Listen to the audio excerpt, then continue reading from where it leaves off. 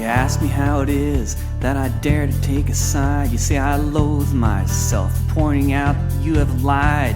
You say it's tribal warfare, but I disagree, for the dynamics of the situation are not difficult to see. On the one side is the fighter jet, on the other is the stone. On the one side is the slave, on the other is the throne. For the many there are checkpoints, while foreign soldiers rule the streets. For the one side there is victory, but the people don't accept defeat.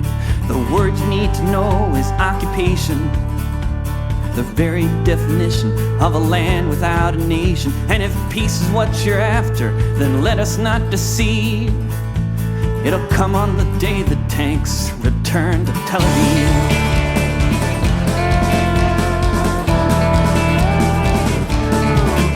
On the one side there is hunger and bulldozed olive trees. On the other is the army, ruling by decrees. Caterpillars maul the streets, destroy whole city blocks, while children swallow shrapnel for the crime of throwing rocks.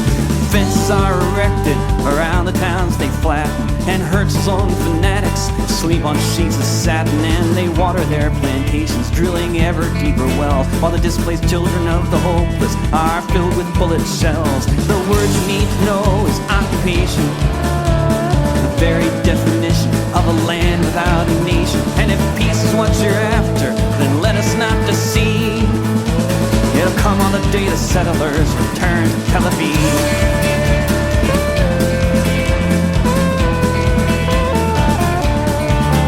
On the one side there's the Mossad, rounding up the men thrown in jail with no trial, being tortured once again. On the other there is rage, helplessness and fear, and a growing realization that another Holocaust is near. On the outside there are prisons, the inside detainees being stripped of their humanity, beaten naked to their knees. Outside the ghetto walls, stormtroopers all around, while inside the hungry people yearn for liberated ground. The word you need to know is occupation, the very definition of a land without a nation. And if peace is what you're after, then let us not deceive.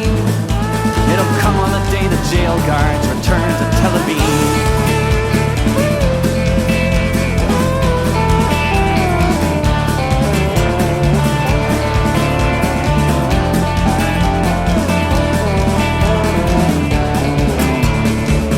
Across the world you can hear the people say the children of Jerusalem will be free one day. In overcrowded camps amidst the stench of death and flies to the suburbs of Detroit, you can hear the anguish cries. While in the land of Israel, with God ever on their side, walls and fences are constructed, papers are denied. People fight for their existence while we turn a blinded eye, and those who should know better insist on asking why. The word you need to know is occupation, the very definition of a land without a nation.